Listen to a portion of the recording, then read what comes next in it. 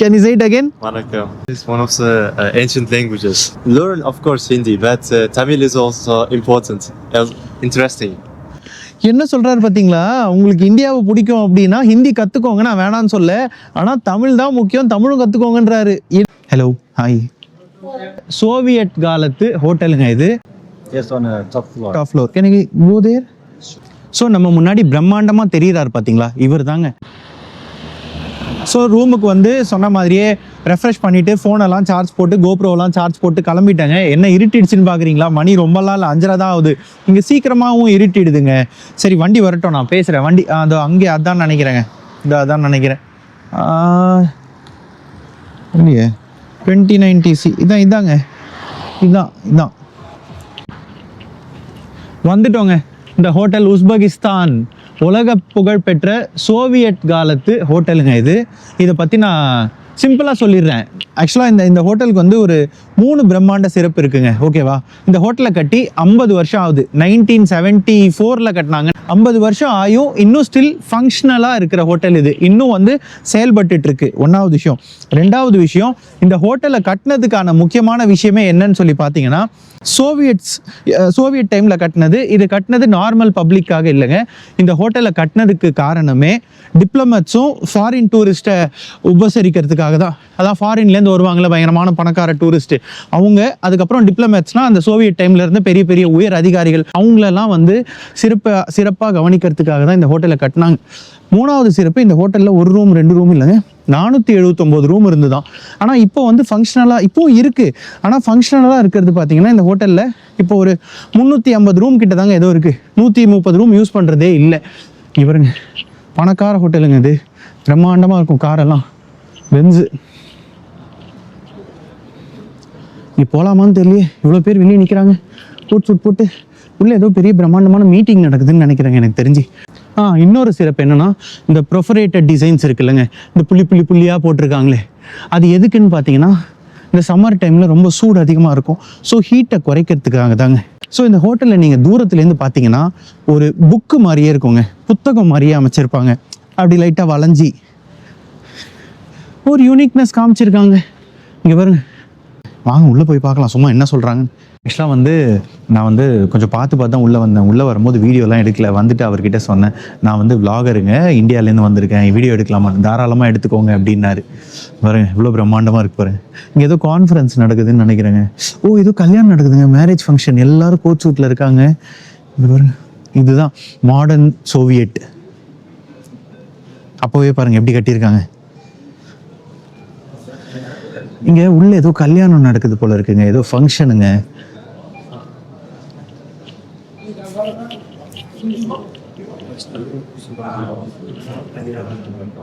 ஓஹோ, நம்ம ஊர் மாதிரி ஏதோ கல்யாணம் நடக்குதுங்க. ஆனால் விதவிதமான ட்ரெஸ்ஸஸ்லாம் இல்லை, எல்லாம் ஒரு டார்க் கோட் சூட்டில் தான் இருக்காங்க. பாருங்க, நம்ம வந்த டைம் உள்ளே போகலாமா தெரியல. உள்ளே போய் ஃப்ரீயாக சாப்பாடு போட்டால் சாப்பிட்டு போயிடலாம். நம்ம டின்னர் இங்கேயே முடிச்சிடலாம்.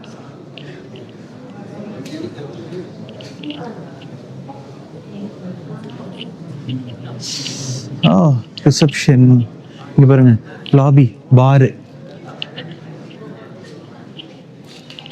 ஹோட்டல். எல்லா நியூயார்க், லண்டன் எல்லா ஊரோட டைமிங் வச்சுருக்காங்க. Hello, hi.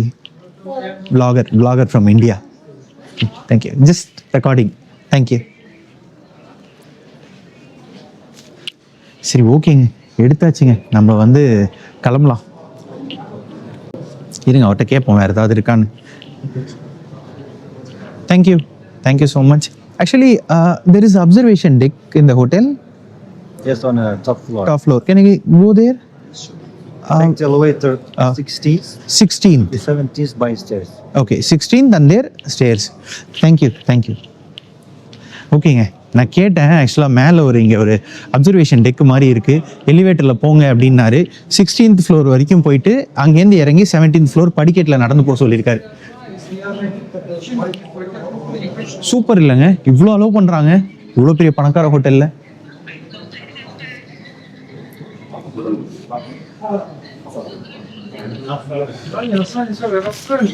Знаешь, не знаешь, что делать. 16th தாங்க லாஸ்ட் ஃப்ளோர். Он как бы на своем месте, понимаешь? Ну, это... вот это подводит, понимаешь? И с этим ничего не сделаешь. То есть это, грубо говоря, это все может быть плюс, а это 16வது மாடி வந்துட்டோம். 17th floor. ஓகே, ஸ்டேர்ஸில் தான் போகணும். ஹோட்டல், பணக்கார ஹோட்டலுங்க. அப்படியே போகுது பாருங்கள் ரூம்ஸ் எல்லாம் அமைதியாக இருக்குது. இப்போ வந்து நம்ம மேலே போகணுங்க. இங்கே வந்து இதுதான் நம்ம போக வேண்டிய இடம். ஷக்ஸரோட லக்ஸுரி ரெஸ்டாரண்ட்டா, லக்ஸுரி. 16 மாடிங்க. இந்த இது வந்து 17 மாடி கட்டடங்க. இது மொத்தம் 17 ஃப்ளோர்ஸ். 16 ஃப்ளோர் வரைக்கும் லிஃப்ட் இருக்குது. 17th ஃப்ளோர் அப்படியே தான் போகணும். இதான் ரெஸ்டாரண்ட். நான் உள்ளே போய் வீடியோ எடுக்கலாமான்னு தெரியல, என்ன சொல்லுவாங்கன்னு தெரியல. தேங்க்யூ. Okay, thank you. ஓ வா, பிரம்மாண்டமாக இருக்குங்க உள்ளே வந்தோன்னே.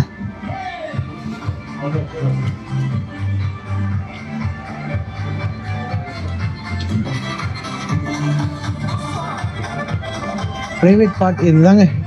இங்கே பாருங்க, 17 மாடியில் இருக்கும் உஸ்பெகிஸ்தான். எப்படி இருக்கு? நைட் டைம் உஸ்பெகிஸ்தானை மேலேருந்து பார்க்கறதுக்கு ஒரு வாய்ப்பு கிடச்சிருக்குங்க. இங்கே பாருங்க,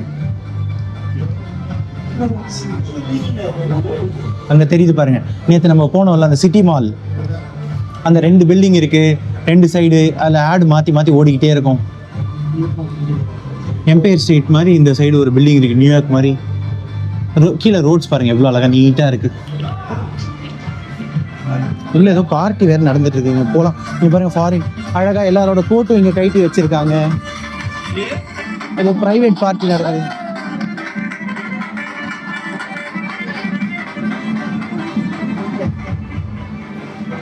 ஓகே, அவ்வளோதாங்க. நம்ம கீழே போகலாம். ஹலோ, மேலே போய் பார்த்துட்டு கீழே இறங்கிட்டோங்க. அவருக்கு ஒரு நன்றி சொல்லிட்டு கிளம்பிடலாம். எங்கே அவர் இல்லையே. சரி, ஓகே, நம்ம பாட்டு கிளம்புவோம். அதனால் பார்த்தாச்சு, இந்த ஹோட்டலில் பார்த்தாச்சு. ரொம்ப சந்தோஷம். ஓப்பன் ஆக மாட்டேங்குது. ஓ இதுவா? ஓகே, ஒரே அசிங்கமாக போச்சுக்குமாரு. ஆட்டோமேட்டிக்காக ஓப்பன் ஆகும்னு சொல்லி போய் நின்னேன். இல்லை, குழுன்னு இருக்குங்க. அமீர் துமீர் ஸ்கொயர் வந்து எதிர்க்க தாங்க இருக்குது. அவரை பற்றி தான் நான் கண்டிப்பாக பேசியே ஆகணும். டஷ்கண்ட் வந்துட்டு நம்ம அவரை பார்க்காம போகவே கூடாது. அவர் இல்லைன்னா இந்த டஷ்கண்டே இல்லை. அவ்வளோ ஒரு ஸ்ட்ராங்கான ஒரு லீடருங்க. அவர் வந்து நம்ம நாட்டை ஆண்டன்னு சொல்கிறதோட நம்ம நாட்டில் இருந்த ஒரு முகலாய அரசரோட தாத்தா அந்த வம்சாவளி தான் அவர். நான் காமிக்கிறேன். இல்லை, இவர் வம்சாவளியில் வந்தவர் தான் நம்ம நாட்டை ஆண்ட அந்த முகலாய பேரரசர். அவர் யாருன்னு நான் அந்த சர்க்கிளுக்கு போயிட்டு சொல்கிறேன். வெயிட் பண்ணுங்க. நான் சொன்ன மாதிரி சைட்லேருந்து பார்க்கறதுக்கு ஒரு புக்கு மாதிரி இருக்குது பாருங்க இந்த ஹோட்டல். ஸோ நம்ம முன்னாடி பிரம்மாண்டமாக தெரிகிறார் பார்த்தீங்களா, இவர் தாங்க அமீர் துமீர். அதாவது இந்த முகலாய அரசரில் ரொம்பவே பிரசித்தி பெற்றவர், பேர் பெற்றவர்னு சொல்லலாம். One of the strongest leaders அப்படின்னு சொல்லலாம். இவர் ஆட்சி புரிஞ்ச காலம் வந்து 14th செஞ்சுரி, 14th செஞ்சுரி. அப்போ வந்து பார்த்திங்கன்னா 1370லேருந்து 1405 வரைக்கும் ஒரு 35 வருஷம் ஆட்சி செஞ்சாருங்க. அந்த 35 வருஷத்தில் வந்து இந்த ஊரை வந்து செம்மையாக மாற்றிருக்காரு. இந்த ஊரை வந்து செம்மையாக மாற்றிருக்காரு. இது மட்டும் இல்லைங்க, உஸ்பெகிஸ்தான் மட்டும் இல்லை, அவர் வந்து நார்த் இந்தியா, அதுக்கப்புறம் மிடில் ஈஸ்ட் வரைக்கும் அவர் கண்ட்ரோலில் வச்சுருந்தார். இவரோட வம்சாவளியில் வந்தவர் தான் இந்தியாவில் ஒரு மிகப்பெரிய முகலாய அரசராக இருந்தவர் பாபர். இவரோட வம்சாவளியில் வந்தவர் தாங்க அவர். இவரோட ஒரு பேரன் லிஸ்ட்டுன்னு வச்சுக்கோங்களேன். பேரனா பல தலைமுறைக்கு அப்புறம் வந்த பேரை.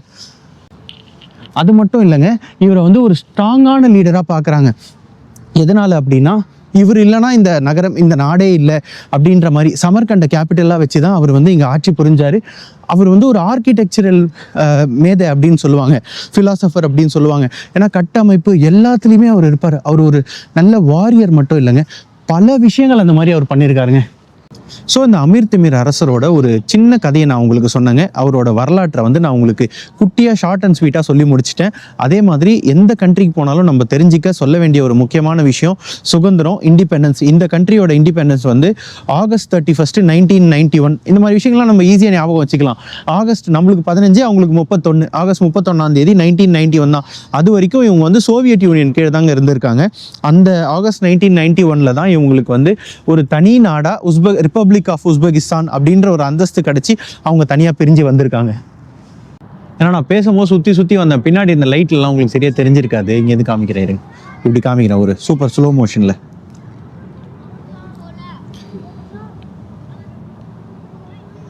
இவர் ஒருத்தரை மீட் பண்ணாங்க, எதாச்சா நான் சும்மா இங்கே வந்து என்ன ஃபோட்டோ எடுக்க சொல்லி கொடுத்தேன். அவர் வந்து ஓ இந்தியாவா அப்படின்னாரு. எந்த பார்ட்டு தமிழ்நாடுனோட வணக்கம் அப்படின்னு சொல்கிறாரு. Can you say it again? வணக்கம்.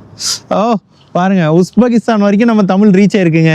சூப்பருங்க brother. It's one of the ancient languages. Oh in the world. அங்கே சொல்கிறாரு பாருங்க, தமிழ் தான் world's one of the ancient languages அப்படின்னு சொல்கிறாரு பாருங்க. That's why if you are interested in India, you just learn, of course, Hindi, but Tamil is also important, interesting.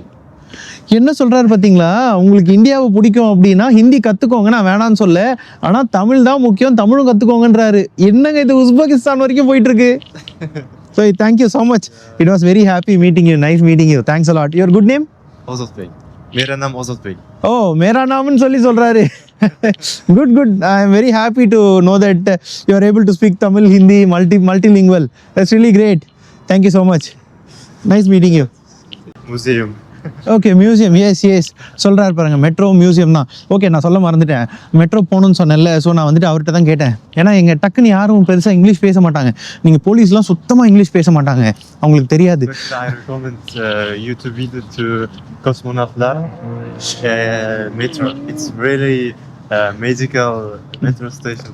சொல்கிறாரு பாருங்க, இதை வந்து நான் இந்த மெட்ரோ வந்து கண்டிப்பாக நான் யூடியூப்லேயே ரெக்கமெண்ட் பண்ணுவேன், ஏன்னா மேஜிக்கல் இது மாதிரி இருக்கும் அப்படின்னு சொல்கிறாரு.